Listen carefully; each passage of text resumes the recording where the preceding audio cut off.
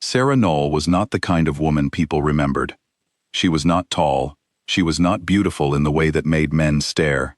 She wore plain clothes, kept her dark hair tied back, and spoke only when she had something worth saying. She had grown up in a small village near the northern mountains, where her mother had taught her how to heal cuts, reduce fevers, and bring comfort to people who had no one else. She had learned to be quiet, to be useful, and to ask for nothing. That was exactly why the queen chose her. On the night everything changed, Sera had been working in the palace for only 3 weeks. She was brought in as an extra pair of hands for the royal birth, someone to assist the senior midwives, carry warm water, hold candles, and stay out of the way. She was not supposed to be important. She was not supposed to see anything that mattered. But life does not always follow the plan. The senior midwives were dismissed from the room near midnight. Sera did not understand why at the time. She only knew that one of them, an older woman named Bess, glanced at her with something close to apology before walking out the door. Then it was just Sera, a single candle, and the queen. Queen Mira was 29 years old and very sick. She had been in labor for a long time, and her body was losing the fight. Sera could see it, the color leaving her face, the way her breath came in short, shallow pulls. Sera worked quickly and calmly, the way her mother had taught her. She did not panic. She kept her hands steady, and her voice low, and told the queen that she was not alone. The baby came just before dawn. A boy, small but strong, with dark eyes, and the kind of cry that filled the room completely. Sera cleaned him, wrapped him in the softest cloth she could find, and held him close. She turned to hand him to the queen, and stopped. Queen Mira was looking at her with eyes that were already beginning to dim, but her voice, when she spoke, was clear. "Do not let them take him," she said. "Not tonight. Not yet. They will say he did not make it. You must not let that be true." Sera did not fully understand. She opened her mouth to ask who were they? What did the queen mean? Where was the king? But Mira shook her head slowly. "There is no time. You are the only one I can trust. Not because I know you, because you are the only one they did not choose." She pressed a small ring into Sera's hand. A child's ring, tiny and gold, with the royal mark carved into it. "Keep him safe," the queen said. "The king will know this ring." Then she closed her eyes, and she did not open them again. Sera stood in that room for a long moment. The candle flickered. The baby made a soft sound. Outside the door, she could hear footsteps. Slow, deliberate footsteps. The kind that belong to people who are waiting for something to be over. She made her decision. She wrapped the baby tighter, tucked the ring into the hem of his blanket, blew out the candle, and slipped out through the side passage that the serving staff used to move through the palace without being seen. She did not stop walking until she was outside the palace walls. The first year was the hardest. Sera had no plan. She had a baby, a ring, a small amount of money she had saved, and the clothes on her back. She could not go home. Her village was too well known, too easy to find. She could not go to anyone she trusted, because trusting someone meant putting them in danger. She could not go to the king, because she did not know whether the king was part of what the queen feared, or simply unaware of it. So she moved, quietly, carefully. She found a fishing village 3 days' walk north of the palace, and told the people there that her name was Lena, that her husband had died, and that she needed work. They gave her a room above a storage shed, and let her help with the morning catch in exchange for meals. It was cold and it was hard, and there were nights when she sat with the baby, she called him Kale, keeping the name the queen had whispered, and wondered what she had done. But then Kale would look at her, and she would remember the queen's voice, and she would keep going. She was careful about everything. She did not write letters. She did not tell stories about herself. She changed the details of her past whenever someone asked, keeping the lies small and consistent. She learned that the best way to stay invisible was not to hide completely. It was to be so ordinary that no one thought to look twice. After 8 months in the fishing village, a tax collector came through, asking questions about new residents. Sera packed her things that same night.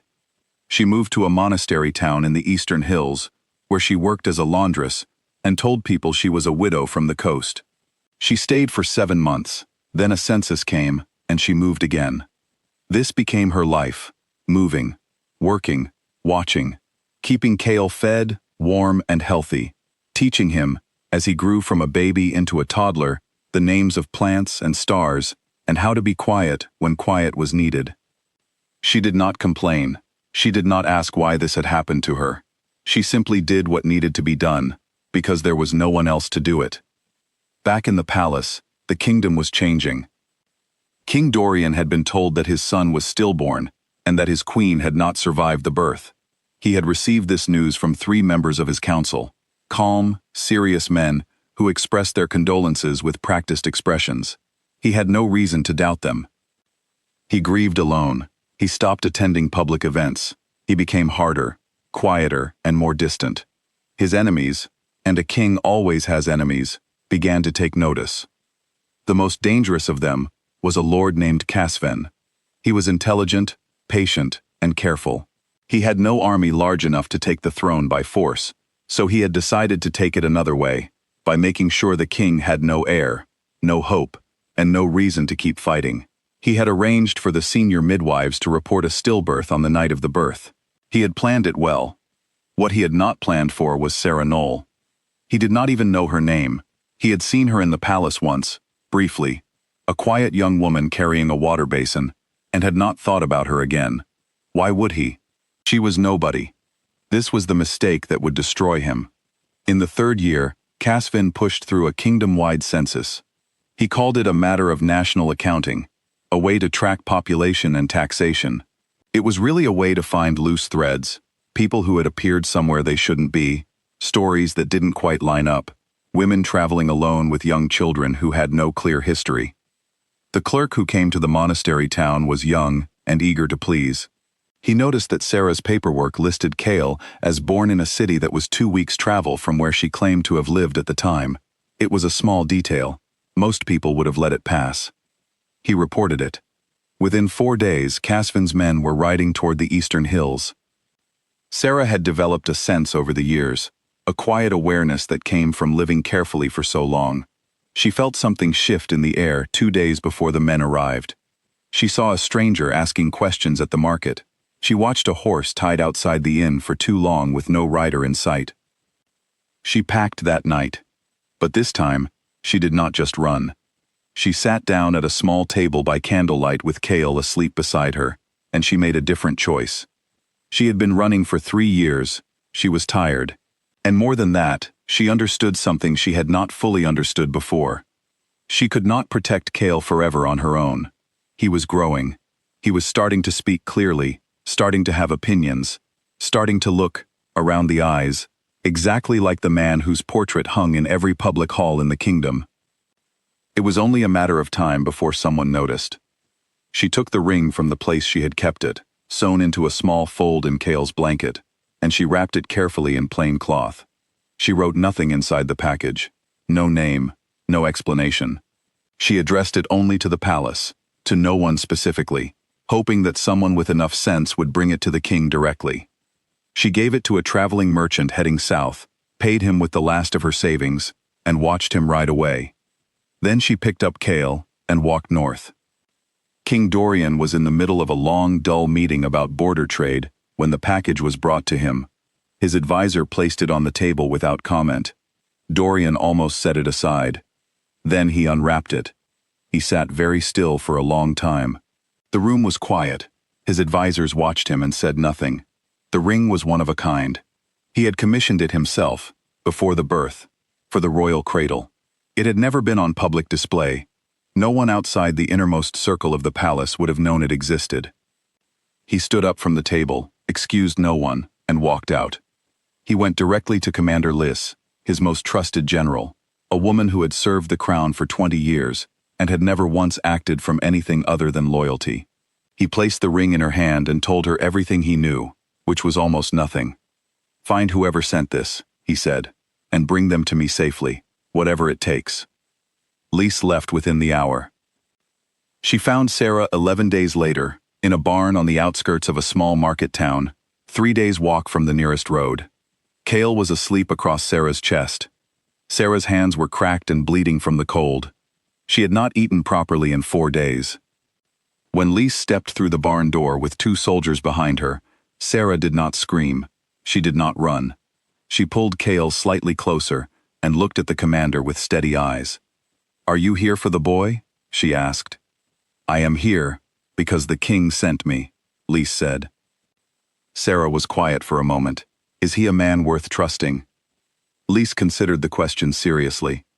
"More than most in that palace deserve," she finally said. Sera looked down at Kale for a long moment. She brushed his hair back from his forehead gently. Then she looked up. "He has the queen's eyes," she said, "but the rest of him looks like his father." She held him out. The reunion between King Dorian and his son was held in a private room with no audience, no ceremony, and no announcement.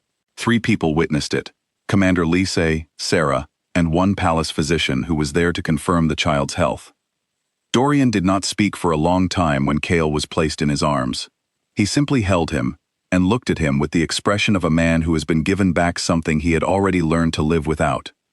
Kale, for his part, looked up at this tall, serious stranger with complete calm, and then reached up and grabbed his beard. It was the first time anyone in the palace had heard the king laugh in 3 years. The truth about Casvin came out quickly once Dorian knew where to look. Letters were found. Payments were traced. 2 of the 3 council members who had reported the false stillbirth confessed within days when they understood that the king's son was alive, and the king was no longer a man with nothing to protect. Casvin was arrested on a cold morning in early spring. He said very little. He had spent years being the smartest person in every room he entered, and now he was simply a man who had been undone by someone he had never thought to watch. The foreign envoy, thrice, fled the kingdom. He was found and returned within the year. The council member who had vanished, the one Casvin had removed early, the one who had tried to warn the queen, was found alive, living under a false name in a border town. He was brought home. When Dorian asked Sera what she wanted, she was sitting in a warm room for the first time in years, wearing clean clothes, with a cup of tea she kept forgetting to drink because she was too busy watching Kale play on the floor nearby. She thought about the question. "My sister's debts," she said finally. "She fell into trouble while I was gone. I want that cleared." He nodded. "And a healer's license. In my real name. I want to go back to doing what I was trained to do." He nodded again. "And," she paused, "I would like to know how he is, sometimes. Not often, just sometimes. That he is well." "You will have all of it," Dorian said. "And more, if you ever change your mind." She shook her head. "I don't need more." He respected that. She left the palace 2 weeks later, her sister's debts cleared, her license granted, a small house arranged in a town of her choosing. She did not look back as she walked through the palace gates. She was not the kind of woman who needed to. Kale grew up knowing her name. His father made sure of it. When he was old enough to understand, Dorian sat with him and told him the full story. Not a simple version, not a soft version, but the real one. A young woman with no power and no protection, who had made a choice in the dark and kept making it, every single day, for 3 years, because a dying queen had trusted her with the most important thing in the world. Kale became a good man. People said it was because of his father's strength and his mother's grace. That was true, but those who knew the full story said there was something else in him too, a particular kind of steadiness, a way of looking at ordinary people as though he understood that greatness was not always visible. He carried that with him his whole life. And somewhere in a quiet town, in a small house with herbs drying by the window, a healer named Sera Noll treated her patients, drank her tea, and never once told anyone what she had done. She did not need to. The kingdom remembered for her.